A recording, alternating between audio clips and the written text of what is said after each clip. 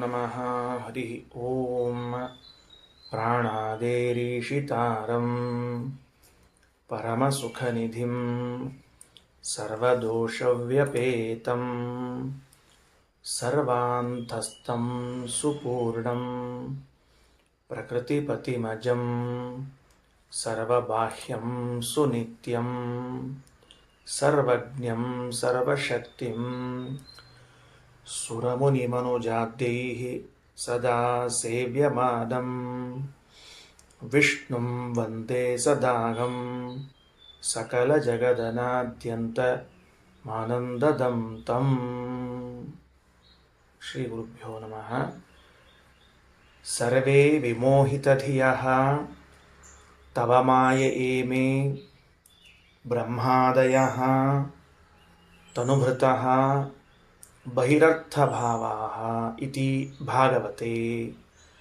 ಶರೀರಸಂಬಂಧಿನಾಂ ಮೋಹಾದಿಯುತತ್ವಂ ಮೋಹಾದಿಯುತಾನಾಂ ನ ಶ್ರೋತ್ರಿಯತ್ವಂ ಅದುಃಖತ್ವಂ ಅಕಾಮಹತತ್ವಂ ವಾ. ಈ ವಾಕ್ಯ ಪಾಠ ಆಗಿತ್ತು. ಏನು ಹೇಳಬೇಕಾಗಿದೆ? ಈ ಬೃಹದಾರಣ್ಯಕದಲ್ಲಿಯೇ ಮುಂದಿನ ಅಧ್ಯಾಯದಲ್ಲಿ ಬರುವ ವಾಕ್ಯವನ್ನು ಆಚಾರ್ಯರು ಈ ಅಧ್ಯಾಯದಲ್ಲಿ ಬಂದ ವಿಷಯಕ್ಕೆ ಸಂವಾದವೆನಿಸುವಂತೆ ಸಮಾನವಾದ ವಿಷಯವನ್ನು ಹೇಳುವ ಮತ್ತೊಂದು ವಾಕ್ಯವನ್ನು ಪ್ರಮಾಣವನ್ನಾಗಿಸುತ್ತಿದ್ದಾರೆ. ಯಾವ ವಿಷಯದಲ್ಲಿ? ಮುಕ್ತರಾದ ಮೇಲೂ ಈ ಜೀವರು ಭಗವಂತನ ಅನುಗ್ರಹದಿಂದಲೇನೆ ಆನಂದಾನುಭವವನ್ನು ಪಡುತ್ತಾರೆ, ಆನಂದವನ್ನು ಅನುಭವಿಸುತ್ತಾರೆ. ಇದೇ ಮುಕ್ತರಿಗೂ ಭಗವಂತನಿಗೂ ಇರುವ ಭೇದ, ವಿಶೇಷ, ವೈಲಕ್ಷಣ್ಯ ಎಂದು ತಿಳಿಯಬೇಕು ಅಂತ ಯಾಜ್ಞವಲ್ಕ್ಯರು ಖಗೋಳ ಬ್ರಾಹ್ಮಣನಿಗೆ ಹೇಳಿದ್ದು ಅಂತ ಹೇಳುವಾಗ ಯಾವ ವಾಕ್ಯವನ್ನು ಆಚಾರ್ಯರು ಉದಾಹರಿಸಿದರೋ ಅದರ ಮೇಲೆ ಬರುವಂತಹ ಪ್ರಶ್ನೆಗಳನ್ನು ಸಮಾಧಾನಿಸಿ ಮುಂದೆ ಹೊರಡ್ತಾ ಇದ್ದಾರೆ. ಏನಂತಾರೆ? ಇಲ್ಲ, ಅಲ್ಲಿ ಶ್ರೋತ್ರಿಯಃ ಅವ್ರಜಿನಃ ಅಕಾಮಹತಃ ಎಂಬ ಪದಗಳಿವೆಯಲ್ಲ, ಈ ಮೂರು ಪದಗಳು ಸಂಸಾರದಲ್ಲಿ ಇರುವಂಥವರನ್ನೇ ತಿಳಿಸುತ್ತವೆ ಅಂತ ಯಾಕೆ ಹೇಳಬಾರದು? ಯಾಕೆ? ಶ್ರೋತ್ರಿಯ ಎಂಬ ಶಬ್ದವು ವೇದಾಧ್ಯಯನವನ್ನು ಮಾಡಿದವನು ಎಂಬ ಅರ್ಥದಲ್ಲಿ ಇದೆ. ನೀವೇನು ಮಾಡ್ತಿದ್ದೀರಿ? ಈ ಮೂರು ಪದಗಳನ್ನು ಇಟ್ಟುಕೊಂಡು ಮುಕ್ತರಾದವರು ಅಂತ ಹೇಳಲಿಕ್ಕೆ ಹೊರಟಿದ್ದೀರಿ. ಅಂದರೆ ನಿಮ್ಮ ಅಭಿಪ್ರಾಯದಲ್ಲಿ, ಶ್ರೀಮದಾಚಾರ್ಯರ ಅಭಿಪ್ರಾಯದಲ್ಲಿ ಶ್ರೋತ್ರಿಯ ಅವ್ರಜಿನಃ ಅಕಾಮಹತಃ ಎಂಬ ಪದಗಳು ಮುಕ್ತರನ್ನು ತಿಳಿಸುತ್ತವೆ. ಆದ್ದರಿಂದ ಈ ವಾಕ್ಯವು ಮುಕ್ತರ ತಾರತಮ್ಯವನ್ನು, ಮುಕ್ತರಲ್ಲಿರುವ ಆನಂದದ ಪ್ರಮಾಣವನ್ನು ಹೇಳುತ್ತದೆ ಎನ್ನುತ್ತಿದ್ದೀರಿ. ಬೇಡ, ಸಂಸಾರದಲ್ಲಿ ಇದ್ದಾಗಲೇನೆ ಶ್ರೋತ್ರಿಯ ಎಂಬ ಪದವನ್ನು ಉಪಯೋಗಿಸಬಹುದು. ಒಂದು ಮಾತುಂಟು.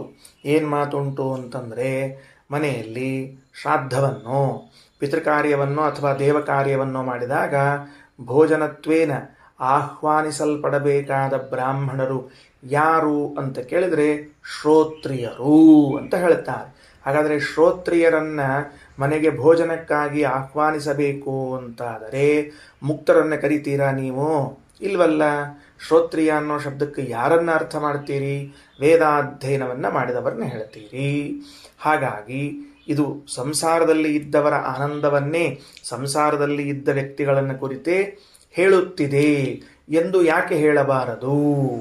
ಇನ್ನು ಅವ್ರಜಿನಃ ಅಕಾಮಹತಃ ಎಲ್ಲ ಪದಗಳು ಕೂಡ ಅವರ ಸಂಸಾರದಲ್ಲಿದ್ದವರನ್ನೇ ಹೇಳುತ್ತೇವೆ ಅಂತಂದರೆ ಆಗ ಶ್ರೀಮದಾಚಾರ್ಯರು ಇಲ್ಲ, ಈ ಶ್ರೋತ್ರಿಯ ಅವ್ರಜಿನಃ ಅಕಾಮಹತಃ ಎಂಬ ಪದಗಳು ಸಂಸಾರದಲ್ಲಿ ಇದ್ದವರನ್ನು ತಿಳಿಸಲು ಅಸಮರ್ಥವಾಗಿವೆ, ಅಶಕ್ತವಾಗಿವೆ. ಯಾಕ? ಕೇವಲ ವೇದಾಧ್ಯಯನವನ್ನು ಮಾಡಿದ ಮಾತ್ರಕ್ಕೆ ಅವನಿಗೆ ಪೂರ್ಣ ಫಲ ಬಂದಂತಾಗಲಿಲ್ಲ. ಇಲ್ಲಿ ಉಪಯೋಗಿಸಬಹುದು. ಶ್ರಾದ್ದಕ್ಕೆ ಬ್ರಾಹ್ಮಣನನ್ನಾಗಿ, ಯಜ್ಞಕ್ಕೆ ಬ್ರಾಹ್ಮಣನನ್ನಾಗಿ ಶ್ರೋತ್ರಿಯನಾದವನನ್ನು ಕರಿಬೇಕು ಅಂದರೆ ವೇದಾಧ್ಯಯನ ಮಾಡಿದವನನ್ನು ಕರಿಬೇಕು. ಯಾಕ ಕರಿಬೇಕು ಅಂತಂದರೆ ಶ್ರಾದ್ದವನ್ನು ಮಾಡಿಸುವುದಕ್ಕೋ ಯಜ್ಞಗಳನ್ನು ಮಾಡಿಸುವುದಕ್ಕೋ, ವೇದಗಳನ್ನು ಅದರ ಪ್ರಕ್ರಿಯೆಗಳನ್ನು ಬಲ್ಲವನಾಗಿರಬೇಕಾದ್ದರಿಂದ ಅಂಥವನನ್ನು ಕರೆಯಬೇಕು, ಸರಿ. ಆದರೆ ನಿಜವಾಗಿಯೂ ಶ್ರೋತ್ರಿಯ ಅಂತ ಕರೆಸಿಕೊಳ್ಳುವನು ಯಾವಾಗ? ವೇದದಲ್ಲಿ ಹೇಳಿದ ಪೂರ್ಣ ಫಲವನ್ನು ಪಡೆದಾಗ, ಅದನ್ನು ಅನುಷ್ಠಾನಕ್ಕೆ ತಂದಾಗ. ಹಾಗಾದರೆ ವೇದವನ್ನು ಅಧ್ಯಯನ ಮಾಡಿ ವೇದೋಕ್ತವಾದದ್ದನ್ನು ಅನುಷ್ಠಾನಕ್ಕೆ ತಂದಾಗ, ಆಚರಣೆಯಲ್ಲಿ ತಂದಾಗ ಅದರ ಪೂರ್ಣ ಫಲವನ್ನು ಪಡೆಯುವರು ಯಾರು ಅಂದರೆ ಮುಕ್ತರಾದವರು. ಸಂಸಾರದಲ್ಲಿದ್ದವರು ಅಲ್ಪ ಸ್ವಲ್ಪ ಫಲವನ್ನು ಪಡೆದಿರ್ತಾರೆ. ಆದ್ದರಿಂದ ಅವರನ್ನು ಈ ಪದದಿಂದ ಕರೆಯಬಾರದು. ಶ್ರೋತ್ರಿಯ ಅಂದರೆ ಶಾಸ್ತ್ರದ ಶ್ರವಣದಿಂದ ಬರಬೇಕಾದ ಪೂರ್ಣ ಫಲ ಯಾವುದು? ಸ್ವಸ್ವರೂಪ ಆನಂದದ ಆವಿರ್ಭಾವ, ಸ್ವರೂಪಾನಂದ ಅನುಭವ. ಇದೇ ಶಾಸ್ತ್ರಶ್ರವಣದ ಫಲವಾಗಿದೆ, ಇದೇ ವೇದಾಧ್ಯಯನದ ಫಲವಾಗಿದೆ. ಕೇವಲ ವೇದಾಧ್ಯಯನ ಉದರಂಭರಣಾರ್ಥ, ಹೊಟ್ಟೆ ಹರಿಯುವುದಕ್ಕಾಗಿ ವೇದಾಧ್ಯಯನ ಅಲ್ಲ.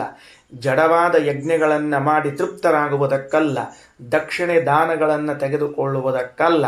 ಮತ್ತೆ ಎದಕ್ಕೆ ವೇದಾಧ್ಯಯನ ಇದ್ದದ್ದು ಅಂತಂದರೆ ಅಪರೋಕ್ಷ ಜ್ಞಾನ, ಜ್ಞಾನಾನಂತರದಲ್ಲಿ ಮೋಕ್ಷ. ಆ ಮೋಕ್ಷಕ್ಕಾಗಿ ಶಾಸ್ತ್ರಶ್ರವಣ ಇದ್ದದ್ದರಿಂದ ಶ್ರೀಮದಾಚಾರ್ಯ ಅಂತಾರೆ ಶ್ರೋತ್ರಿಯ ಎಂಬ ಪದವು ಮುಕ್ತರಾದವರನ್ನೇ ಹೇಳಬೇಕು. ಒಂದು. ಇನ್ನು ಅಕಾಮಹತಃ ಅನ್ನುವ ಶಬ್ದವು ಯಾವ ಕಾರಣಕ್ಕೂ ಕೂಡ ಸಂಸಾರದಲ್ಲಿ ಇದ್ದವರನ್ನು ಹೇಳಲಿಕ್ಕೆ ಬರುವುದೇ ಇಲ್ಲ. ಯಾಕೆ ಬರುವುದಿಲ್ಲ ಅಂದರೆ ಸಂಸಾರದಲ್ಲಿ ಇದ್ದವರು ಶರೀರ ಸಂಬಂಧ ಉಳ್ಳವರಾಗಿರುತ್ತಾರೆ. ಸಂಸಾರದಲ್ಲಿ ಉಳ್ಳವರು ಶರೀರ ಸಂಬಂಧ ಉಳ್ಳವರಾಗಿರುತ್ತಾರೆ. ಶರೀರ ಸಂಬಂಧ ಉಳ್ಳವರಾದರೆ ಮೋಹಾದಿಗಳು ಅವಶ್ಯವಾಗಿರ್ತದೆ. ಮೋಹಾದಿಗಳು ಅವರ್ಜನೀಯ, ಬಿಡ್ಲಿಕ್ಕೆ ಬರುವುದಿಲ್ಲ. ಅಂದಮೇಲೆ ಯಾರಿಗೆ ಶರೀರ ಉಂಟೋ ಅವರಲ್ಲಿ ಮೋಹಾದಿಗಳು ಉಂಟು ಅಂದಮೇಲೆ ಅವರು ಅಕಾಮತರು ಅಂತ ಹೇಗಾಗ್ಲಿಕ್ಕೆ ಸಾಧ್ಯ ಇದೆ? ಅದಕ್ಕೆ ಒಂದು ಪ್ರಮಾಣವಾಗಿ ಭಾಗವತದ ವಾಕ್ಯವನ್ನು ಕೊಡುತ್ತಾರೆ. ಸರ್ವೇ ವಿಮೋಹಿತ ಧಿಯ ತವ ಮಾಯಯೇ ಮೇ ಬ್ರಹ್ಮಾದಯ ತನುಭೃತಃ ಬಹಿರರ್ಥ ಭಾವಾ ಎಂಬ ಪ್ರಮಾಣದಿಂದ ಆಚಾರ್ಯರಂತಾರೆ ಶರೀರ ಸಂಬಂಧವುಳ್ಳವರು ಮೋಹವುಳ್ಳವರಾಗಿರುತ್ತಾರೆ.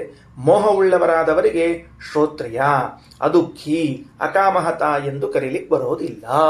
ಇತ್ತಂಚ ಈ ಶ್ರೋತ್ರಿಯ, ಅವ್ರಜಿನಃ, ಅಕಾಮಹತಃ ಎಂಬ ವಾಕ್ಯಗಳು ಮುಕ್ತರನ್ನೇ ತಿಳಿಸಬೇಕು ಎಂಬುದಾಗಿ ನಿರ್ಧರಿಸುತ್ತಾರೆ. ಇದರ ಮೇಲೆ ಒಂದು ಮಧ್ಯದಲ್ಲಿ ಒಂದು ಪದ ಬಂತು. ಏನು ಪದ ಬಂತು ಅಂತಂದರೆ ಅಲ್ಲಿ ಅವ್ರಜಿನಃ ಅಂತ ಪದ ಇದೆ.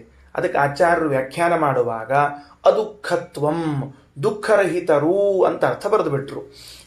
ಮೂಲದಲ್ಲಿರೋ ಪದಗಳು ಮೂರು: ಶ್ರೋತ್ರಿಯ, ಅವರ್ಜಿನಃ, ಅಕಾಮಹತಃ. ಶ್ರೋತ್ರಿಯ ಎಂಬೋ ಶಬ್ದಕ್ಕೆ ಅರ್ಥ ತಿಳ್ಕೊಂಡಿದ್ವಿ, ಅಕಾಮಹತಃ ಎಂಬುದಕ್ಕೆ ಅರ್ಥ ತಿಳ್ಕೊಂಡ್ವಿ. ಅವರ್ಜಿನಃ ಅನ್ನೋ ಶಬ್ದಕ್ಕೆ ಅರ್ಥ ಏನು ಅಂದರೆ ದುಃಖರಹಿತರು ಅಂತ ಅರ್ಥ ಮಾಡುತ್ತಿದ್ದಾರೆ ಆಚಾರ್ಯರು. ನಾವೆಲ್ಲ ವೃಜಿನ ಅಂದರೆ ಪಾಪ, ಅವೃಜಿನಃ ಅಂದರೆ ಪಾಪರಹಿತರು ಅಂತ ಅರ್ಥ ಕೇಳಿದ್ದೆವು. ಇದೇನು ಹೊಸದಾಗಿ ಅವೃಜಿನಃ ಎಂಬ ಶಬ್ದಕ್ಕೆ ದುಃಖರಹಿತರು ಅಂತ ಅರ್ಥ ಮಾಡ್ತಾರೆ ಆಚಾರ್ಯರು ಅಂದರೆ ಆ ವಿಷಯದಲ್ಲಿ ಕೋಶವನ್ನು ಉದಾಹರಿಸುತ್ತಾರೆ. ಕೆಳಗೆ ತಗೊಳ್ರಿ. ವ್ರಜಿನಂ ವ್ರಜನಂ ದುಃಖಂ ಕ್ಲೇಶೋ ಬಾಧೇತಿ ಚೋಚ್ಯತೆ ಇತ್ಯಭಿಧಾನಂ. ಅಭಿಧಾನ ಏನು ಹೇಳ್ತದಪ್ಪ? ವೃಜಿನ ವ್ರಜನ ಎರಡು ಶಬ್ದದ.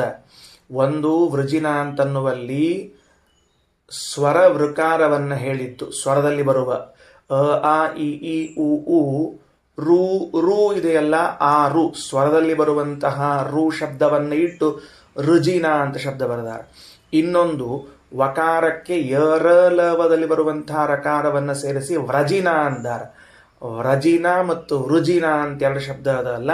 ಈ ಎರಡೂ ಶಬ್ದಗಳು ಕೂಡ ದುಃಖ ಎಂಬ ಅರ್ಥದಲ್ಲೇ ಬಳಸ್ತಾರ, ಕ್ಲೇಶ ಎಂಬ ಅರ್ಥದಲ್ಲಿ ಬಳಸ್ತಾರ. ಬಾಧ ಅಂದರೆ ಇವು ಸಮಾನಾರ್ಥಕ ಪದಗಳು. ಬಾಧ, ಕ್ಲೇಶ, ದುಃಖ, ವ್ರಜನ, ವೃಜಿನ ಎಂಬ 5 ಪದಗಳು ದುಃಖ ಎಂಬ ಅರ್ಥವನ್ನೇ ಹೇಳುತ್ತವೆ. ಹಾಗಾದರೆ ಅವ್ರಜಿನ ಅನ್ನೋ ಶಬ್ದಕ್ಕೆ ದುಃಖರಹಿತ ಅಂತ ಅರ್ಥ ಮಾಡಬೇಕು. ಅಕಾರಕ್ಕೆ ಅಭಾವ ಅಂತ ಅರ್ಥ, ವ್ರಜನ ಶಬ್ದಕ್ಕೆ ದುಃಖ ಅಂತ ಅರ್ಥ.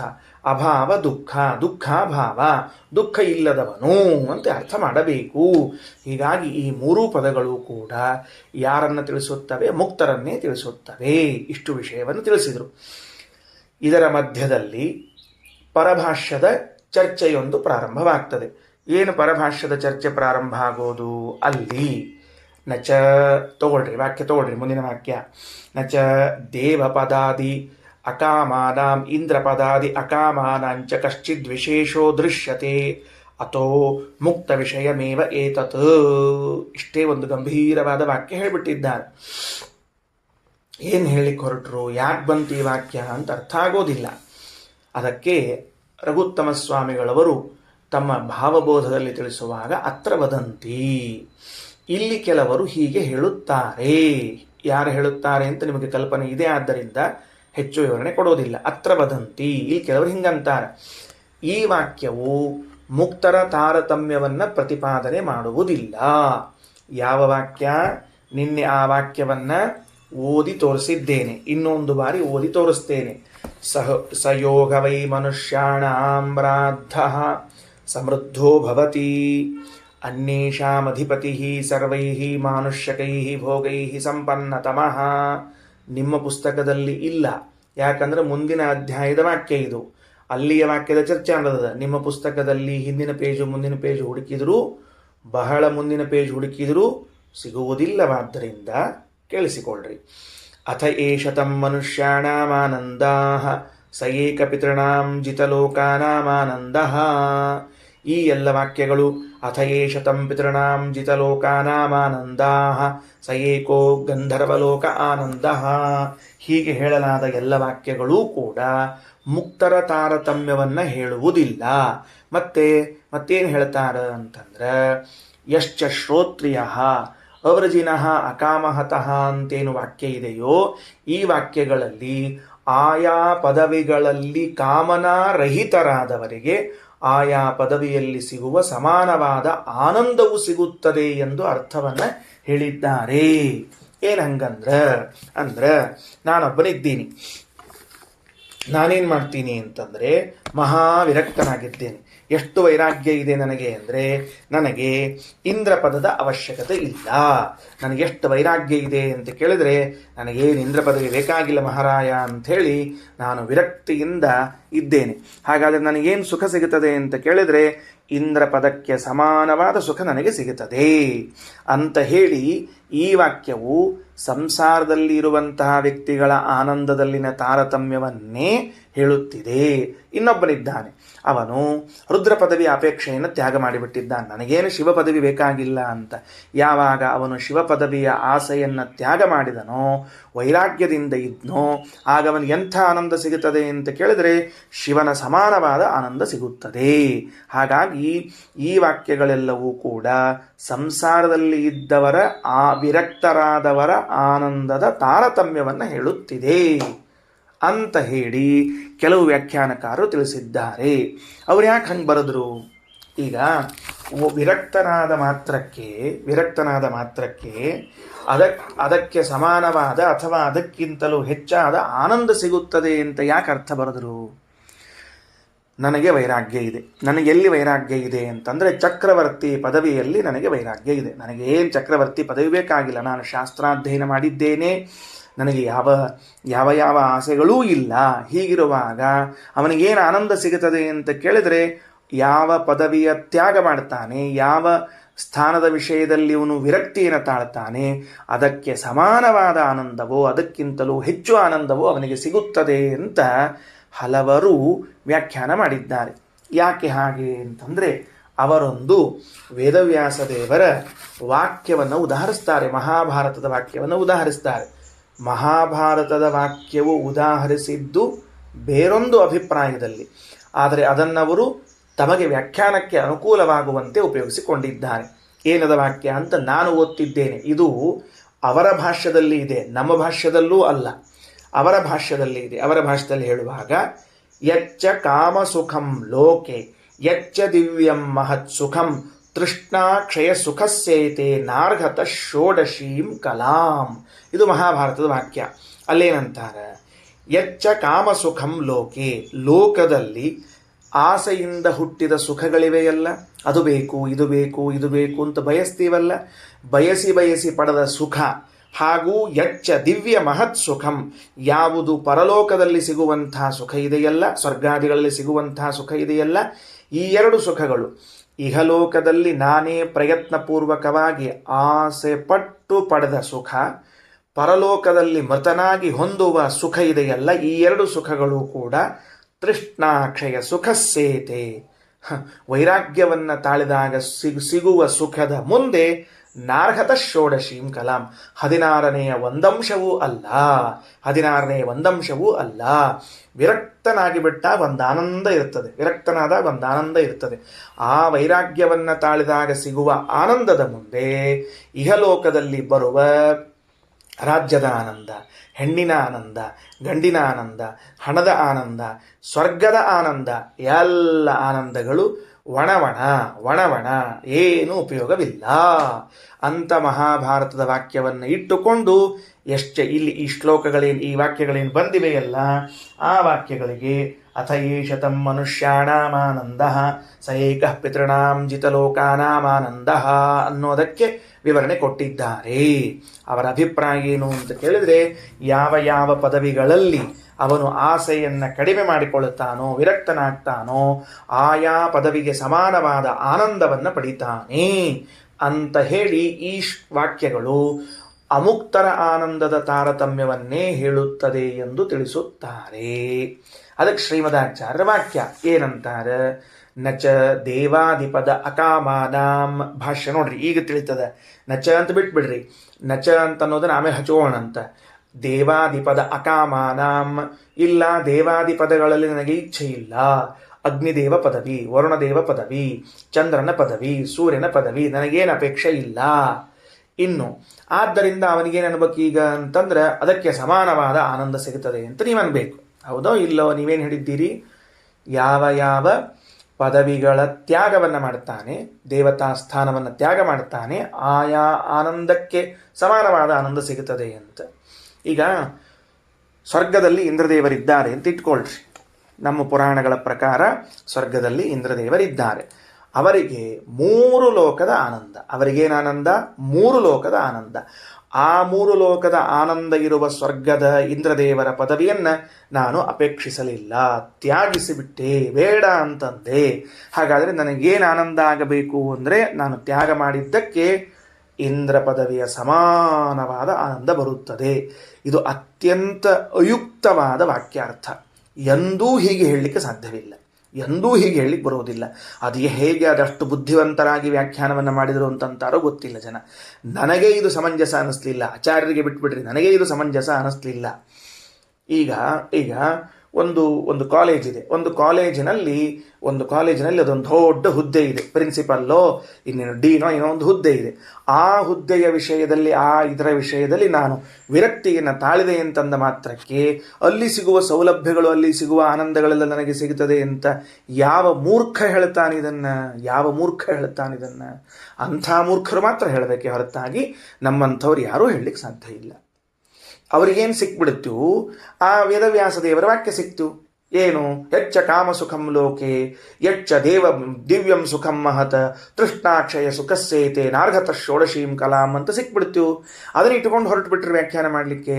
ಅಲ್ಲಿ ವೇದವ್ಯಾಸ ದೇವರು ಹೇಳಿದ್ದು ನಿಜವಾಗಿಯೂ ಜೀವನದಲ್ಲಿ ವೈರಾಗ್ಯವನ್ನು ತಾಳಿದರೆ ಎಷ್ಟಾನಂದ ಇದೆ ಅಂದರೆ ಅದರ ಎಲ್ಲ ತಲೆಬಿಸಿಗಳು ಹೊರಟೋದು ಮಹಾರಾಯ, ಏನಿಲ್ಲ, ಕಿರಿಕಿರಿ ಇಲ್ಲ, ನಿನ್ನ ಪಾಡಿಗೆ ನೀನು ಸಾಧನೆ ಮಾಡಿಕೊಳ್ಳಬಹುದು ಅಂತ ಹೇಳಲಿಕ್ಕೆ ಹೊರಟ ವಾಕ್ಯವನ್ನು ತಂದು ಎಲ್ಲಿಯೋ ಯೋಜನೆ ಮಾಡಿ ಹೇಳ್ತಿದ್ದಾರೆ.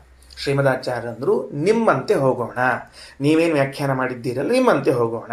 ಒಬ್ಬನಿಗೆ ಅಗ್ನಿಪದದ ಆಕಾಂಕ್ಷೆ ಇಲ್ಲ, ಅವನಿಗೆ ಅಗ್ನಿಗೆ ಸಮಾನವಾದ ಪದದ ಆನಂದ ಸಿಗುತ್ತದೆ. ಇನ್ನೊಬ್ಬನಿಗೆ ಚಂದ್ರ ಪದವಿಯ ಆಕಾಂಕ್ಷೆ ಇಲ್ಲ, ಅವನಿಗೆ ಚಂದ್ರ ಪದವಿಯ ಸಮಾನವಾದ ಆನಂದ ಸಿಗುತ್ತದೆ. ಇನ್ನೊಬ್ಬನಿಗೆ ಇಂದ್ರ ಪದವಿಯ ಅಪೇಕ್ಷೆ ಇಲ್ಲ, ಅವನಿಗೆ ಇಂದ್ರ ಪದವಿಗೆ ಸಮಾನವಾದ ಅಪೇಕ್ಷೆ ಇದೆ. ನನಗೆ ಯಾವ ಪದವಿಯಲ್ಲೂ ಅಪೇಕ್ಷೆ ಇಲ್ಲ. ಈಗ ನಿಮ್ಮ ಪ್ರಕಾರ ಎಲ್ಲ ಪದವಿಗಳ ಆನಂದ ಸಿಗಬೇಕು. ಬುದ್ಧಿ ಇದೆಯೋ ಇಲ್ವೋ? ಯಾರಾದರೂ ಹಿಂಗೆ ವ್ಯವಹಾರ ಮಾಡ್ತಾರ? ನನಗೆ ಯಾವ ಪದವಿಯ ಅಪೇಕ್ಷೆ ಇಲ್ಲ. ನನಗೆ ಬ್ರಹ್ಮ ಪದವಿಯೂ ಬೇಡ, ನನಗೆ ಬ್ರಹ್ಮ ಪದವಿಯೂ ಬೇಡ ಅಂತ ಹೇಳ್ತೇನೆ ನಾನು ಇವಾಗ. ಹಾಗಾದ್ರೆ ನನಗೇನು ಸಿಗಬೇಕು ಇವಾಗ? ಬ್ರಹ್ಮ ಪದವಿಯ ಆನಂದ ಸಿಗಬೇಕು. ಒಂದಾದರೂ ಲಾಜಿಕ್ ಇದೆಯಾ ನಿಮ್ಮ ಮಾತಿನಲ್ಲಿ? ಶ್ರೀಮದಾಚಾರ್ಯರಂತಾರೆ, ದೇವಪದ ಅಕಾಮಾನಾಂ ಇಂದ್ರಾದಿಪದ ಅಕಾಮಾನಾಂಚ ಕಶ್ಚಿದ್ ವಿಶೇಷ ನಚ ದೃಶ್ಯತೆ. ದೇವತಾ ಪದವಿಯ ಅಪೇಕ್ಷೆ ಇಲ್ಲದೇ ಇದ್ದವನು, ಇಂದ್ರ ಪದವಿಯ ಅಪೇಕ್ಷೆ ಇಲ್ಲದೇ ಇದ್ದವನಲ್ಲಿ ಏನು ವಿಶೇಷ ಇದೆ? ಏನಿಲ್ಲ, ನನಗೆ ದೇವ ಪದವಿಯೂ ಬೇಡ, ಇಂದ್ರ ಪದವಿಯೂ ಬೇಡ ಅಂತ ಹೇಳಿದ್ದಾನೆ. ಏನು ವ್ಯತ್ಯಾಸ ಹೇಳ್ತೀರಿ ಇವಾಗ? ಎಲ್ಲ ಆನಂದ ಇದೆ ಅಂತ ಹೇಳಿ ಕೊಡ್ತೀರಾ? ಆದ್ದರಿಂದ ಹೀಗೆಲ್ಲ ಅಯುಕ್ತವಾದ, ಅಸಮಂಜಸವಾದ, ಅಪಾರ್ಥವಾದ ವ್ಯಾಖ್ಯಾನವನ್ನು ಮಾಡಬಾರದು. ಅಥೋ ಮುಕ್ತ ವಿಷಯಮೇವ ಏತತ್. ಈ ವಾಕ್ಯ ಬೃಹದಾರಣ್ಯಕದ ಮುಂದಿನ ಪಂಕ್ತಿಗಳಲ್ಲಿ ಬಂದದ್ದು ಇದು ಮುಕ್ತರನ್ನು ಹೇಳುವಂತಹ ವಾಕ್ಯವೇ ಆಗಿದೆ ಎಂದು ತಿಳಿದುಕೊಳ್ಳ್ರಿ. ಸರಿ, ಇಷ್ಟು ಮುಗೀತು. ಇಷ್ಟು ಮುಗಿದ ಮೇಲೆ ಇದು ಮಧ್ಯದಲ್ಲಿ ಬಂದಿರುವಂತಹ ಪ್ರಸಂಗ. ಈಗ ಆ ವಾಕ್ಯವನ್ನ ಇನ್ನು ಕೆಲವು ರೀತಿಯಿಂದ ವ್ಯಾಖ್ಯಾನ ಮಾಡ್ಯಾರ. ಏನು? ಏತಸ್ಸೈವ ಆನಂದಸ್ಯ ಅನ್ಯಾನಿ ಭೂತಾನಿ ಮಾತ್ರಾಮುಪಜೀವಂತಿ ಅಂತ ವಾಕ್ಯ ಅದ. ಏನದ? ಆ ಹಿಂದೆ ಇದೆ ನೋಡ್ರಿ ವಾಕ್ಯ, ಅಲ್ಲೇ ಒಂಚೂರು ಏನ್ ತಗೋಕದಕ್ಕ? ಏತಸ್ಸೈವ ಆನಂದಸ್ಯ. ಗೊತ್ತಾಯ್ತು ಇಲ್ಲೋ? ಒಪ್ಪಿಕೊಂಡ್ರವ. ಈಗ ಕೆಲವರೇನ್ ಮಾಡ್ತಾರೆ, ಆಯಿತು ಈ ವಾಕ್ಯವು ಮುಕ್ತರನ್ನೇ ಹೇಳುತ್ತದೆ ಅಂತ ಇಟ್ಕೋಣಂತ. ಆದರೆ ಆ ವಾಕ್ಯಕ್ಕೆ ನೀವರ್ಥ ಮಾಡಿದಂತೆ ಮಾಡುವುದು ಬೇಡ, ನಾವರ್ಥ ಮಾಡಿದಂತೆ ಮಾಡ್ರಿ. ಏನು ಮಾಡಿದ್ರು? ಅಮುಕ್ತರ ಪರವಾಗಿ ಇದೆ ಅಂದರೆ ಸಮಸ್ಯೆಯನ್ನು ತೋರಿಸಿದ್ರಿ ಅಲ್ವಾ? ಹಾಗಾದರೆ ಮುಕ್ತರ ಪರವಾಗಿ ಮಾಡೋಂತ ಯಾವ ವಾಕ್ಯ?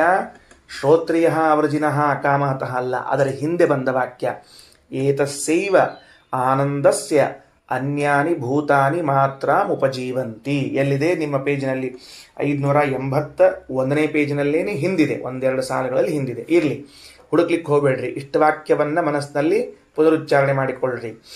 ಅನ್ಯಾನಿ ಭೂತಾನಿ, ಭಗವಂತನಿಂದ ಭಿನ್ನರಾದ ಜೀವರಾಶಿಗಳು, ಏತಸ್ಸೈವ, ಈ ಭಗವಂತನ ಆನಂದದ ಮಾತ್ರ. ಮಾತ್ರ ಅನ್ನೋ ಶಬ್ದಕ್ಕೆ ಅರ್ಥ ಏನು ಅಂದರೆ ಏಕದೇಶ ಅಂದ್ರೆ ನಾವರ್ಥ ಹೇಳಿವಿ, ಪ್ರತಿಬಿಂಬಾಂಶ ನಮ್ಮ ಅರ್ಥ ಹೇಳಿ ಬರೆಸಿದ್ದೇವೆ ನಿನ್ನೆ. ಇವತ್ತು ಈಗ ಪರರು ಅರ್ಥ ಮಾಡ್ತಾರೆ. ಮಾತ್ರ ಅನ್ನೋ ಶಬ್ದಕ್ಕೆ ಏಕದೇಶ, ಒಂದಂಶ ಅಂತ ಅರ್ಥ.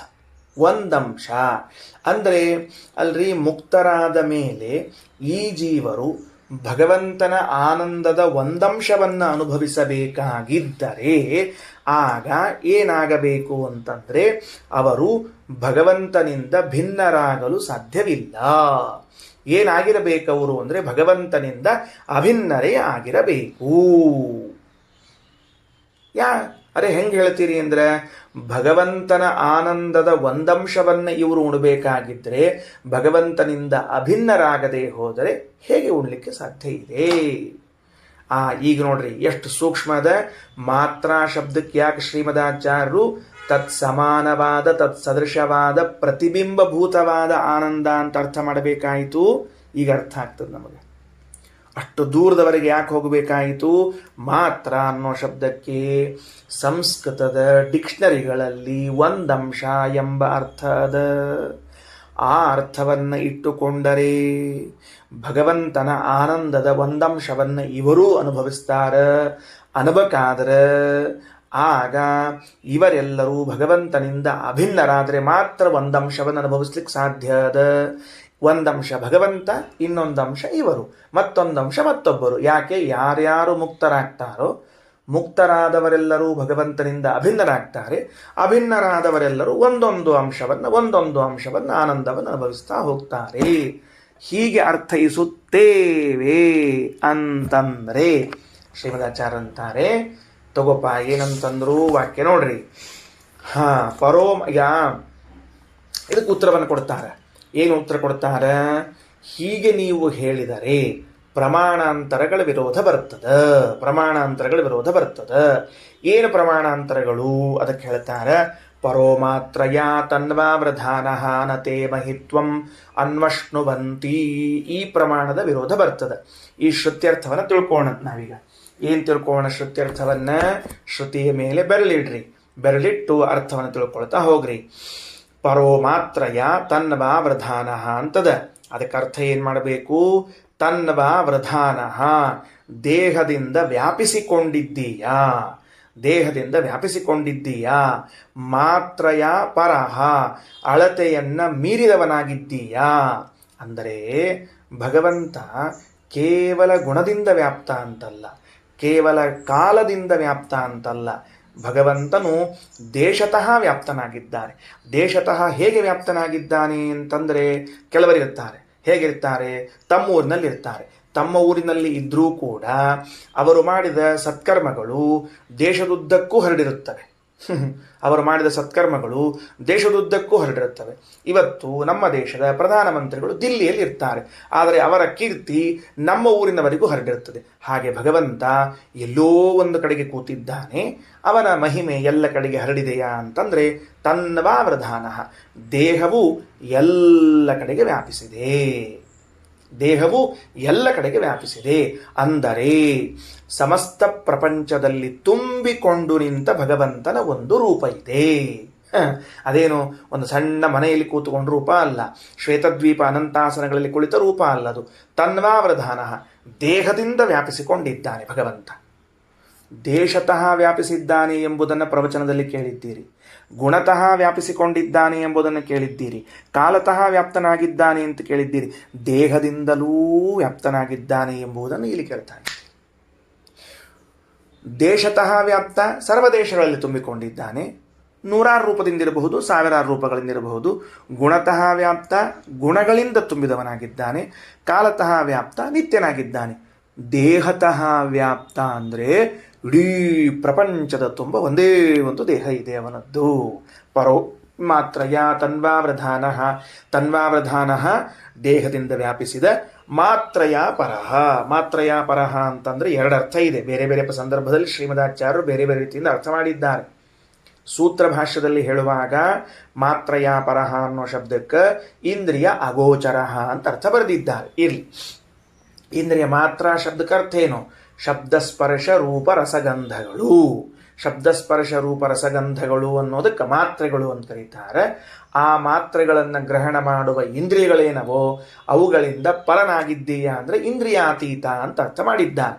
ಮಾತ್ರಯ ಪರಹ ಎಂಬ ಶಬ್ದಕ್ಕೆ ಇಂದ್ರಿಯ ಅಗೋಚರನಾದ, ಜಗತ್ತಿನ ತುಂಬ ವ್ಯಾಪಿಸಿದ ಒಂದು ಶರೀರವಿರುವ ಓ ಹರಿಗೆ, ತೇ ಮಹಿತ್ವಂ ನ ಅನ್ವಷ್ಣುವಂತಿ, ನಿನ್ನ ಮಹಿಮೆಯನ್ನ ಇನ್ಯಾರೂ ಹೊಂದಲು ಸಾಧ್ಯವಿಲ್ಲ. ಏನು ಮಾಡ್ಯಾರ? ನಿನ್ನ ಮಹಿಮೆಯನ್ನು ಇನ್ಯಾರೂ ಹೊಂದಲು ಸಾಧ್ಯವಿಲ್ಲ. ಈ ಪ್ರಮಾಣ ಎದಕ್ಕೆ ಬಂತು? ಈ ಪ್ರಮಾಣ ಎದಕ್ಕೆ ಬಂತು ಅಂದರೆ ಭಗವಂತನ ಆನಂದವನ್ನ ಇನ್ನುಳಿದವರು ಹೊಂದುತ್ತಾರೆ ಅಂತ ಹೇಳಲಿಕ್ಕೆ ಬರೋದಿಲ್ಲ. ಹೆಂಗೆ ಸಾಧ್ಯ ಅದ? ಪ್ರಮಾಣ ವಿರೋಧ ಬರ್ತದೆ. ಪ್ರಮಾಣ ಏನು ಮಾಡ್ಲಿಕ್ಕತ್ತದ? ಸ್ಪಷ್ಟವಾಗಿ ಪ್ರಮಾಣ ಏನು ತಿಳಿಸ್ಲಿಕ್ಕತ್ತದ? ಭಗವಂತನ ಆನಂದವನ್ನ, ಭಗವಂತನ ಮಹಿಮೆಯನ್ನ ಮತ್ತೊಬ್ಬರು ಹೊಂದಲಾರರು. ಹಾಗಾಗಿ ಭಗವಂತನ ಆನಂದದಲ್ಲಿ ಒಂದಂಶವನ್ನ ಉಳಿದವರು ಹೊಂದುತ್ತಾರೆ ಅಂತ ಹೇಳಲು ಬರುವುದೇ ಇಲ್ಲ. ಕಲ್ಪನಾ ಬಂತೋ? ಇಲ್ಲಿ ಹೇಳಿದ್ದೇನಂತ ಹೇಳಿ, ಇಲ್ಲಿ ಮಹಿತ್ವಂ ಅಂದ್ರೆ ಮಹಿಮಾ ಅಂತ ಅರ್ಥ. ಭಗವಂತನ ಮಹಿಮೆಯನ್ನು ಉಳಿದವರು ಹೊಂದುವುದಿಲ್ಲ ಅಂದ್ರೆ ಭಗವಂತನ ಮಹಿಮಾ ಅಂದ್ರೆ ಏನು? ಸ್ವರೂಪಭೂತವಾದ ಆನಂದವೇ ಭಗವಂತನ ಮಹಿಮಾ. ಆ ಭಗವಂತನ ಆನಂದದ ಒಂದಂಶವನ್ನ ಇನ್ನೊಬ್ಬರು ಹೊಂದುತ್ತಾರೆ ಅಂತೇನು ಹೇಳಿದ್ದೀರಿ? ಚಾನ್ಸೇ ಇಲ್ಲ. ಒಂದು ವಾಕ್ಯ. ಎರಡನೇ ವಾಕ್ಯ ತಗೊಳ್ರಿ. ಬ್ರಹ್ಮೇಶಾನಾಧಿಪಿರ್ದೇವೈಃ ಯತ್ಪ್ರಾಪ್ತುಂ ನೈವ ಶಕ್ಯತೆ ತದ್ಯತ್ ಸ್ವಭಾವ ಕೈವಲ್ಯಂ ಸಭವಾನ್ ಕೇವಲೋ ಹರೇ. ಮತ್ತೊಂದು ವಾಕ್ಯ ಏನಂತಾರ? ಭಾಗವತದ ವಾಕ್ಯ. ಬ್ರಹ್ಮೇಶಾನಾದಿಭಿಃ ದೇವೈಃ, ಬ್ರಹ್ಮದೇವರು ರುದ್ರದೇವರು ಮೊದಲಾದವರಿಂದ ಯತ್ ಪ್ರಾಪ್ತುಂ ನೈವ ಶಕ್ಯತೆ, ಯಾವುದನ್ನ ಪಡಿಲಿಕ್ಕೆ ಸಾಧ್ಯವಿಲ್ಲೋ, ಎಂದೆಂದು ಬ್ರಹ್ಮಾದಿ ದೇವತೆಗಳು ಯಾವುದನ್ನು ಹೊಂದಲು ಸಾಧ್ಯವಿಲ್ಲವೋ, ತದ್ಯತ್ ಸ್ವಭಾವ, ಅದು ಯಾರ ಸ್ವಭಾವವಾಗಿದೆಯೋ, ಸಭವಾನ್, ಅವನು ನೀನು ಅಂತ ದೇವತೆಗಳು ಸ್ತೋತ್ರ ಮಾಡಿರ್ತಾರೆ. ಏನು ಸ್ತೋತ್ರ ಮಾಡ್ಲಿಕ್ಕತ್ತಾರ? ಮುಕ್ತರಾದ ಮೇಲೆ ಭಗವಂತನಿಂದ ಅಭಿನ್ನರಾಗಿ ಅವರ ಆನಂದದ ಒಂದಂಶವನ್ನು ಉಣ್ಣುವುದಲ್ಲ. ನಾನು ಮುಕ್ತನಾಗಿ ಬಿಡುತ್ತೇನೆ, ನಾನು ನಾಳೆ ಮುಕ್ತನಾಗಿ ಬಿಡುತ್ತೇನೆ, ಮುಕ್ತನಾದಾಗ ಭಗವಂತನ ಜೊತೆಗೆ ಅಭಿನ್ನನಾಗಿ ಬಿಡುತ್ತೇನೆ, ಆವಾಗ ಭಗವಂತನ ಆನಂದವನ್ನು ಒಂದಂಶವನ್ನು ನಾನು ಉಣ್ತೇನೆ. ಅಂದರೆ ಹೆಂಗ ಅಂದರೆ, ಒಂದು ತಟ್ಟೆಯಲ್ಲಿ ಒಂದು ಎಲೆಯಲ್ಲಿ ಭಗವಂತ ಊಟಕ್ಕೆ ಬಡಿಸಿಕೊಂಡು ಕೂತಿದ್ದಾನೆ, ನಾನು ಮುಕ್ತನಾಗಿದ್ದೇನೆ, ಅದಕ್ಕೆ ನಾನು ಭಗವಂತನಿಂದ ಅಭಿನ್ನನಾಗಿಬಿಟ್ಟೆ. ಅಭಿನ್ನನಾದ ಕೂಡಲೇ ಭಗವಂತನು ಯಾವ ತಟ್ಟೆಯಲ್ಲಿ ಅನ್ನವನ್ನು ಹಾಕಿಕೊಂಡು ಉಣ್ತಿದ್ದಾನೋ ಅದೇ ತಟ್ಟೆಯಲ್ಲಿ ನಾನೂ ಕೈ ಹಾಕಿ ಅವನೊಂದಿಷ್ಟು ಭಾಗ ನಾನೊಂದಿಷ್ಟು ಭಾಗ ಉಣ್ಣುತ್ತೇನೆ ಅಂತ ಹೇಳುವರಿಗೆ ಈ ವೇದವಾಕ್ಯಗಳು ವಿರೋಧವನ್ನು ಉಂಟು ಮಾಡುತ್ತವೆ. ಯಾಕೆ ಅಂದರೆ ಬ್ರಹ್ಮೇಶಾನಾದಿಭಿ, ಬ್ರಹ್ಮದೇವರಿಗೂ ರುದ್ರದೇವರಿಗೂ ಗರುಡಶೇಷಾದಿಗಳಿಗೂ ಏನು ಯತ್ ಪ್ರಾಪ್ತುಂ ನೈವ ಶಕ್ಯತೆ, ಯಾವ ಭಗವಂತನ ಮಹಿಮೆಯನ್ನು, ಉದಾಹರಣೆಗೆ ಸರ್ವೋತ್ತಮತ್ವವನ್ನು ಹೊಂದಲು, ಸ್ವಾತಂತ್ರ್ಯವನ್ನು ಹೊಂದಲು, ಆನಂದವನ್ನು ಹೊಂದಲು ಸಾಧ್ಯವಿಲ್ಲವೋ ಅಂತಹ ಸ್ವರೂಪ ಯಾರದ್ದು ಅಂದರೆ ಭಗವಂತನ ಸ್ವರೂಪ. ಸಭವಾನ್ ಯದ್ಯತ್ ತದ್ಯತ್ ಸ್ವಭಾವ ಕೈವಲ್ಯಂ ಸಭವಾನ್ ಕೇವಲೋ ಹರೇ. ಹೇ ಹರೇ ಸಭವಾನ್ ಕೇವಲ.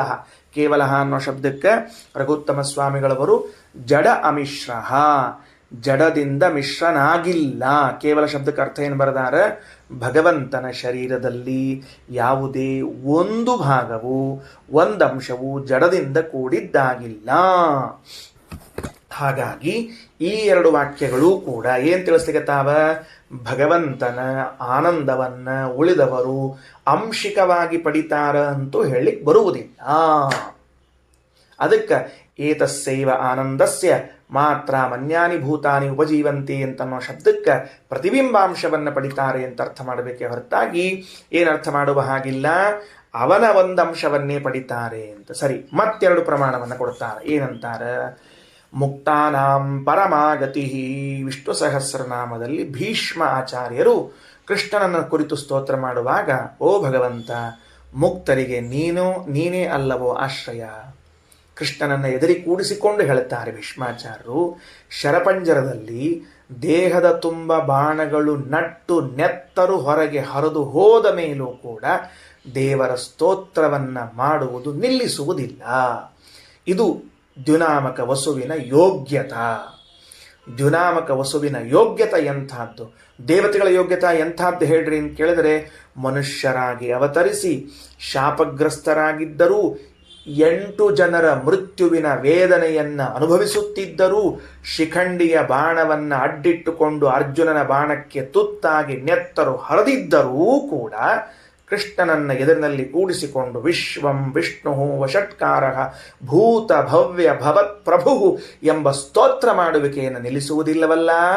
ಇದೇ ನಮ್ಮ ದೇವತೆಗಳ ಸ್ವರೂಪ, ಇದೇ ನಮ್ಮ ದೇವತೆಗಳ ಯೋಗ್ಯತ. ಸ್ವಾತ್ಮಾತ್ಮೀಯ ಸಮಸ್ತ ವಸ್ತುಭ್ಯ ಅನೇಕ ಗುಣಾಧಿಕ ಅಂತರಾಯ ಸಹಸ್ರೇಣಾಪಿ ಅಪ್ರತಿಬದ್ಧ ನಿರಂತರ ಪ್ರೇಮ ಪ್ರವಾಹ ಭಕ್ತಿ. ಶ್ರೀಮಠ್ ಟೀಕಾಕೃತ್ಪಾದರು ಹೇಳಿದ್ರಲ್ಲ, ಏನಂತ ಹೇಳಿದರು, ಅಂತರಾಯ ಸಹಸ್ರೇಣಾಪಿ, 1000 ವಿಘ್ನಗಳು ಬಂದರೂ ಕೂಡ ದೇವರಲ್ಲಿ ಮಾಡುವ ಪ್ರೇಮವನ್ನು ನಿಲ್ಲಿಸುವುದಿಲ್ಲವಲ್ಲ. ಇದೇ ನಿಜವಾದ ಭಕ್ತಿ ಅಂತ ಹೇಳಿದ್ರಲ್ಲ. ಭೀಷ್ಮರು ತಮ್ಮ ಶರೀರದಲ್ಲಿ ಬಾಣಗಳನ್ನು ಹೊಯ್ಯಿಸಿಕೊಂಡು ನೆಲದ ಮೇಲೆ ಕಚ್ಚಿಕೊಂಡು ಬಿದ್ದಿದ್ದರೂ ವಿಶ್ವಂ ವಿಷ್ಣು ವಷಟ್ಕಾರ ಅಂತ ಸ್ತೋತ್ರ ಮಾಡ್ತಿದ್ದಾರಲ್ಲ, ನಿಜವಾಗಿ ಭಕ್ತಿ ಮಾಡ್ತಿದ್ದಾರೆ. ಮುಕ್ತಾನಾಂ ಪರಮಾಗತಿ, ಮುಕ್ತರಿಗೆ ನೀನಾಶ್ರಯನಲ್ಲವೋ ಕೃಷ್ಣ ಅಂತಾರೆ. ಅದರ ಅರ್ಥ ಏನು, ಮುಕ್ತರಾದ ಮೇಲೂ ದೇವರ ಆಶ್ರಯದಲ್ಲಿ ಹೇಗಿರಬೇಕೇ ಹೊರತಾಗಿ ಸ್ವತಂತ್ರನಾಗಲಾರ. ಕೃಷ್ಣೋ ಮುಕ್ತೈರಿಜ್ಯತೆ ವೀತಮೋಹೈ. ವೀತಮೋಹೈ, ಮುಕ್ತರಾದವರು ಮೋಕ್ಷದಲ್ಲೂ ಕೂಡ ಭಗವಂತನನ್ನು ಆರಾಧಿಸುತ್ತಾರೆ, ಪೂಜಿಸುತ್ತಾರೆ, ಧ್ಯಾನಿಸುತ್ತಾರೆ, ಅರ್ಚಿಸುತ್ತಾರೆ. ಅರ್ಥ ಏನು, ಅಲ್ಲಿಯೂ ಅವನ ಅನುಗ್ರಹದಿಂದಲೇನೆ ಸುಖವನ್ನು ಪಡೆಯುತ್ತಾರೆ. ಇಲ್ಲದೆ ಇದ್ರೆ ಈ ಅರ್ಚನಾ, ಈ ಆರಾಧನೆಗಳೆಲ್ಲ ಯಾಕೆ ಬೇಕು? ಹಾಗಾಗಿ ಭಗವಂತನು ಅನುಗ್ರಹಿಸಿದಾಗ ಮಾತ್ರ ಇವರಿಗೆ ಆನಂದ ಉಂಟು. ಇದೇ ಮುಕ್ತರಿಗೂ ಹಾಗೂ ಭಗವಂತನಿಗೂ ಇರುವಂತಹ ಭೇದ ವಿಶೇಷ ಎಂಬುದಾಗಿ ತಿಳಿದುಕೊಳ್ಳಬೇಕು. ವಾಕ್ಯಗಳೇನಿದೆ ಅಂದರೆ ಬ್ರಹ್ಮತರ್ಕದ ವಾಕ್ಯಗಳಿವೆ. ಸ್ವಲ್ಪ ಗಮನಿಸ್ರಿ. ಪೇಜ್ ನಂಬರು 582 ಹಾಗೂ 83ರಲ್ಲಿ ಕೊನೆಗೆ ಇತ್ಯಾದಿ ಬ್ರಹ್ಮತರ್ಕೇ ಅಂದಿದ್ದಾರೆ. ಅದರ ಕೆಳಗಡೆಗೆ ಗೀತಾವಾಕ್ಯವನ್ನು ಕೊಟ್ಟು ಖಗೋಳ ಬ್ರಾಹ್ಮಣವನ್ನು ವ್ಯಾಖ್ಯಾನ ಮಾಡಿ ಮುಗಿಸ್ತಾರೆ. ಈಗ ಏನನ್ನು ಹೇಳಲಿಕ್ಕೆ ಹೊರಟಿದ್ದಾರೆ ಅಂತಂದರೆ,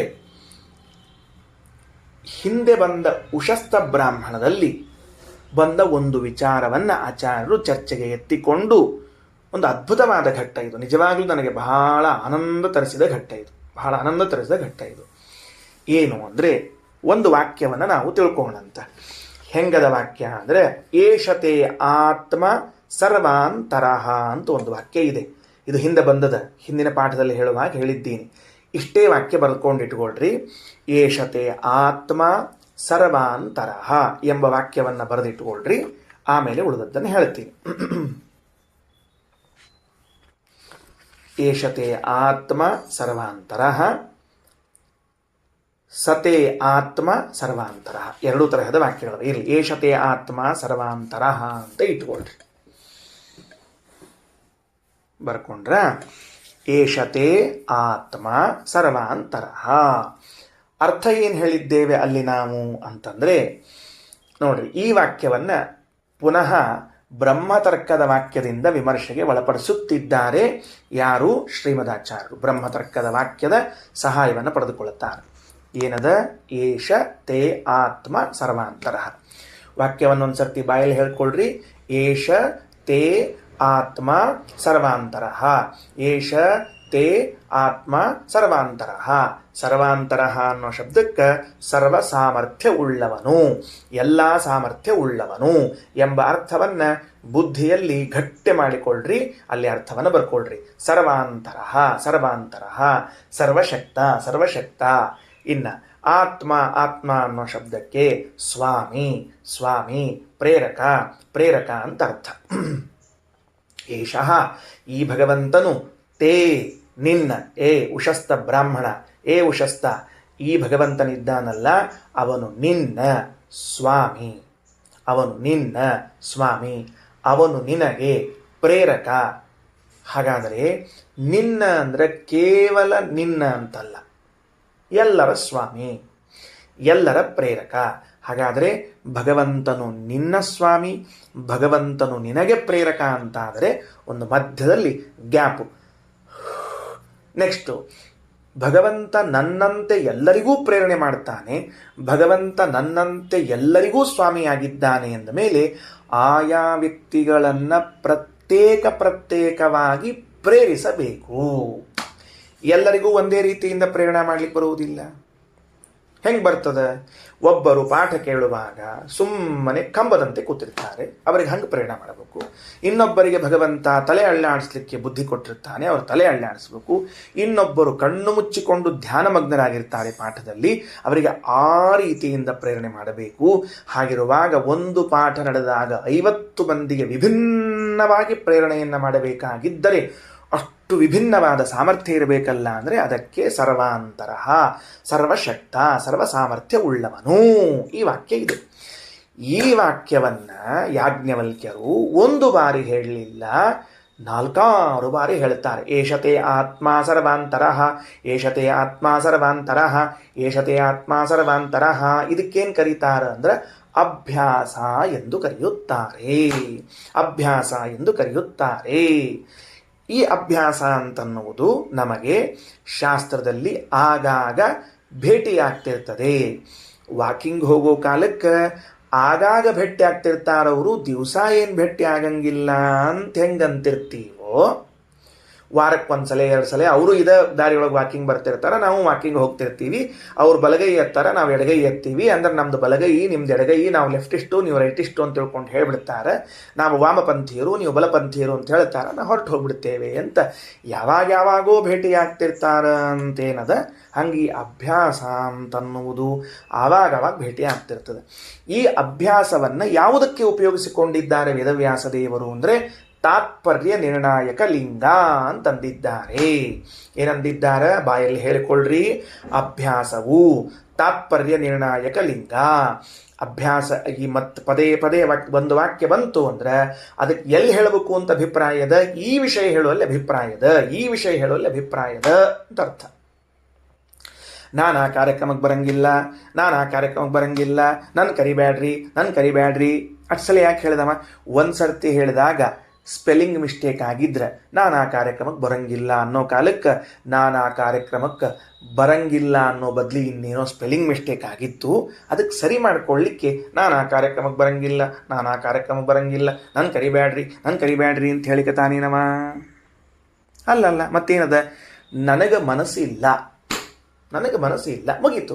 ನನಗೆ ಮನಸ್ಸಿಲ್ಲ ಅನ್ನುವುದನ್ನು ಅವ ಹೆಂಗೆ ಹೇಳ್ದ ಅಂದ್ರೆ, ನನಗೆ ಕರಿಬ್ಯಾಡ್ರಿ, ನಾ ಬರಂಗಿಲ್ಲ, ನನ್ನ ಕರಿಬೇಡ್ರಿ, ನಾ ಬರಂಗಿಲ್ಲ. ಹಾಗಾದರೆ ಅಭ್ಯಾಸವು ಏನು ತಾತ್ಪರ್ಯ ಉಳ್ಳದ್ದಾಯಿತು, ಅವನಿಗೆ ಮನಸ್ಸಿಲ್ಲ ಎಂಬ ವಿಷಯದಲ್ಲಿ ತಾತ್ಪರ್ಯವನ್ನು ಹೇಳಿತು. ಹಾಗೆ ಏಷತೆ ಆತ್ಮ ಸರ್ವಾಂತರಃ, ಯಶತೆ ಆತ್ಮ ಸರ್ವಾಂತರಃ ಎಂಬ ವಾಕ್ಯವೂ ಏನು ಹೇಳಲಿಕ್ಕೆ ಹೊರಟದ ಅಂತಂದ್ರೆ, ಜೀವರಿಗೂ ಬ್ರಹ್ಮರಿಗೂ ಎಂದೆಂದೂ ಭೇದವೇ ಇದೆ, ಎಂದೆಂದೂ ಭೇದವೇ ಇದೆ ಅಂತ ಹೇಳಲಿಕ್ಕೆ ಹೊರಟದ. ಎಂದೆಂದು ಅಂದ್ರೆ ಏನದು? ಎಂದೆಂದು ಅಂದರೆ 1920ನೇ ಇಸ್ವಿಯಲ್ಲೂ ಭೇದ ಇತ್ತು, 30ನೇ ಇಸ್ವಿಯಲ್ಲೂ ಭೇದ ಇತ್ತು, 2030ನೇ ಇಸ್ವಿಗೆ ಬಂದಾಗಲೂ ಭಗವಂತನಿಗೂ ಜೀವರಿಗೂ ಭೇದ ಇದೆ ಅಂತ ಈ ಅಭಿಪ್ರಾಯದಲ್ಲಿ ಎಂದೆಂದು ಅಂತಿದ್ದೀರೋ? ಅಲ್ಲ. ಇವನು ಸಂಸಾರದಲ್ಲಿ ತನ್ನ ಕರ್ಮವನ್ನು ಅನುಭವಿಸುವುದಕ್ಕಾಗಿ ಎಷ್ಟು ಬ್ರಹ್ಮಕಲ್ಪಗಳವರೆಗೆ ಇರ್ತಾನೋ ಅಷ್ಟೂ ಬ್ರಹ್ಮಕಲ್ಪಗಳಲ್ಲೂ ಭಗವಂತನಿಗೂ ಜೀವನಿಗೂ ಭೇದವೇ. ಮುಂದೆ ಮುಕ್ತನಾದಾಗ ಅನಂತ ಕಾಲದವರೆಗೆ ಭಗವಂತನ ಜೊತೆಗೆ ಆನಂದವನ್ನು ಅನುಭವಿಸುತ್ತಿರ್ತಾನೆ ಮೋಕ್ಷದಲ್ಲಿ, ಆಗಲೂ ಭೇದವೇ. ಹೀಗೆ ಎಂದೆಂದಿಗೂ ಭೇದವಿದೆ ಅಂತ ತಿಳಿಸುವುದಕ್ಕಾಗಿ ಅಭ್ಯಾಸ. ಏಷತೆ ಆತ್ಮ ಸರ್ವಾಂತರಃ, ಏಷತೆ ಆತ್ಮ ಸರ್ವಾಂತರಃ ಅಂತ ಹೇಳ್ತಾ ಇದೆ ಅಲ್ರಿ. ಶ್ರೀಮದಾಚಾರ್ಯರು ಬ್ರಹ್ಮತರ್ಕದ ವಾಕ್ಯವನ್ನು ಕೊಟ್ಟು ಹೀಗೆ ಯಾಕೆ ಪ್ರತಿಪಾದನೆ ಮಾಡಬೇಕಾಯಿತು ಅಂತಂದರೆ, ಕೆಲವರ ಪ್ರಕಾರ ಸಂಸಾರದಲ್ಲಿ ಮಾತ್ರ ಭೇದವು ಕಾಣಿಸುತ್ತದೆ, ಸಂಸಾರ ಮುಗಿದಾದ ಮೇಲೆ ಭೇದವು ಇರುವುದಿಲ್ಲ ಎಂಬ ವಾದವನ್ನು ಹೂಡ್ತಿದ್ರೆ ಆ ವಾದಕ್ಕೆ ವಿರೋಧಿಯಾದದ್ದು ಯಾವುದು ಅಂದರೆ ಈ ಅಭ್ಯಾಸ. ಶ್ರೀಮದಾಚಾರ್ಯ ಅಂತಾರೆ, ಈ ಅಭ್ಯಾಸ ಯಾಕೆ ಬಂತು ಹೇಳು, ಬೇಕಾಗಿರಲಿಲ್ಲ. ತಗೊಳ್ರಿ ಬ್ರಹ್ಮತರ್ಕದ ವಾಕ್ಯ. ಬಹ್ವಭ್ಯಾಸಾತ್ತೇ ಆತ್ಮೇತಿ ಮುಕ್ತೌ ಜೀವೇಶಯೋರ್ಭಿಧ. ಬಹ್ವಭ್ಯಾಸಾತ್, ಬಹಳ ಬಾರಿ ಅಭ್ಯಾಸ ಮಾಡಿದ್ದರಿಂದ ಏನಂತ? ತೇ ಆತ್ಮ, ತೇ ಆತ್ಮ, ತೇ ಆತ್ಮ ಅಂತ. ಮುಕ್ತೌ, ಮುಕ್ತರಾದ ಮೇಲೂ ಜೀವೇಶಯೋ ಭಿದ, ಜೀವಬ್ರಹ್ಮರ ಮಧ್ಯದಲ್ಲಿ ಭೇದ ಉಂಟೇ ಉಂಟು. ಯಾಕ ಅಂದ್ರೆ ಪ್ರಧಾನ ತತ್ಪರತ್ವೇನ ದೃಶ್ಯತೆ ತ್ಯಾದರಾತ್ ಸದಾ. ಪ್ರಧಾನ ತತ್ಪರತ್ವೇನ, ಪ್ರಧಾನವಾಗಿ ತಾತ್ಪರ್ಯವು ಜೀವಬ್ರಹ್ಮರ ಭೇದ ಹೇಳುವುದರಲ್ಲಿ ಉಂಟು. ಯಾಕೆ? ಅತ್ಯಾದರಾತ್, ಆದರದಿಂದ ಹೇಳ್ತಾ ಬಂದಿದೆ ವಾಕ್ಯ, ಆದರದಿಂದ ಹೇಳ್ತಾ ಬಂದಿದೆ ವಾಕ್ಯ ಅಂತ ತಿಳಿಸಿದ್ದಾರೆ. ಶ್ರೀಕೃಷ್ಣ ಅರ್ಪಣಮಸ್ತು.